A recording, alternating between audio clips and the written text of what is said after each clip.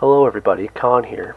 I've had the new Razer Tiamat 7.1 headset for a few days now, and I'm using them in conjunction with the HT Omega eClaro 7.1 sound card. I'm very pleased with the performance of this headset, and I'm using the mic right now to record this review. Aesthetically, this headset has a matte black finish, with each ear cuff sporting a green glowing Razer symbol and removable shells so you can see the 5 drivers inside each ear cuff. The padding on this headset is very comfortable. It's made out of memory foam and skinned leatherette, which is very soft to the touch, but unfortunately it keeps all of the heat in, so on hot days you might sweat a little bit.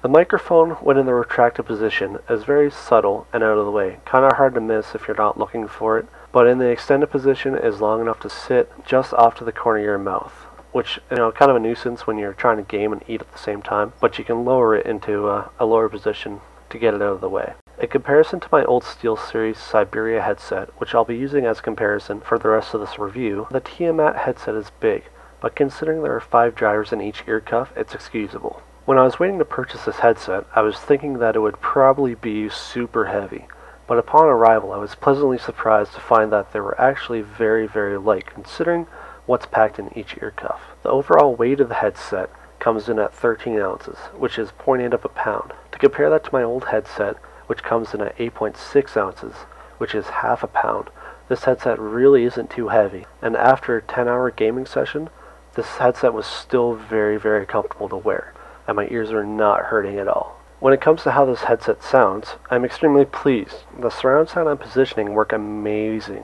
While playing BF3, I was able to hear other players sneaking up behind me, whether or not they were coming from the left or the right side of me, whether they were coming from directly behind me, doesn't matter. I was able to hear it. I would suggest a sound card, but if your motherboard supports 7.1 sound, you can get by with the onboard sound. The overall sound quality is very crisp, while the bass is very meaty and very punchy. It's like when you're firing a gun or something, it just hits you. As you know, you can adjust every driver individually with the controller, which is beneficial for fine-tuning each driver to your liking. With that said, if you like to listen to music with the volume cranked, be prepared to hear a slight buzzing / humming sound through the speakers during the quiet parts of the song. Even with an AC to USB converter, you're still going to hear it, unfortunately. The little bit more money you spend on an AC to USB converter, the better. I tried 2 different ones. I bought one from Radio Shack and I used one for my phone.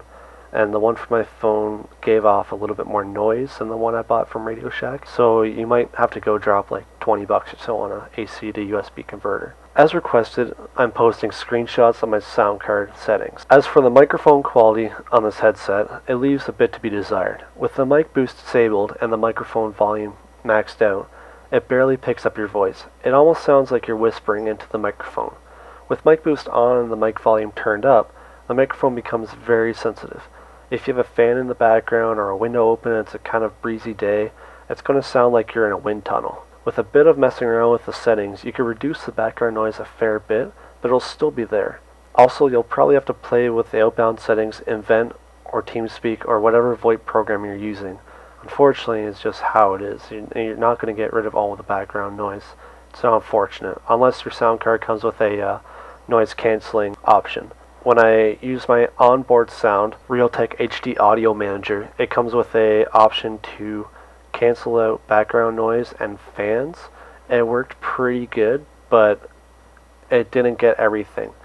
So play around with the settings. You might have to just bear with it, which is unfortunate. If it really bugs you, you can always get a boom mic, or I really like my SteelSeries clip-on mic.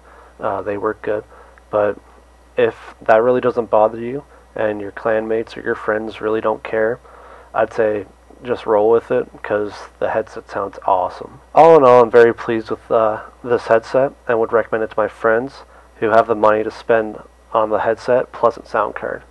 You can't afford it, there's other options out there, but if you can't afford it, very good, and you're willing to mess around with the settings or give it a chance, it's a very good headset to own. Thanks for watching my review. Hopefully I didn't stutter too much. I gotta give a big shout out to Jason from HT Omega Tech Support for helping me work through all the issues and get this headset working amazingly. Thanks, Jason. Have a good one, guys. Bye.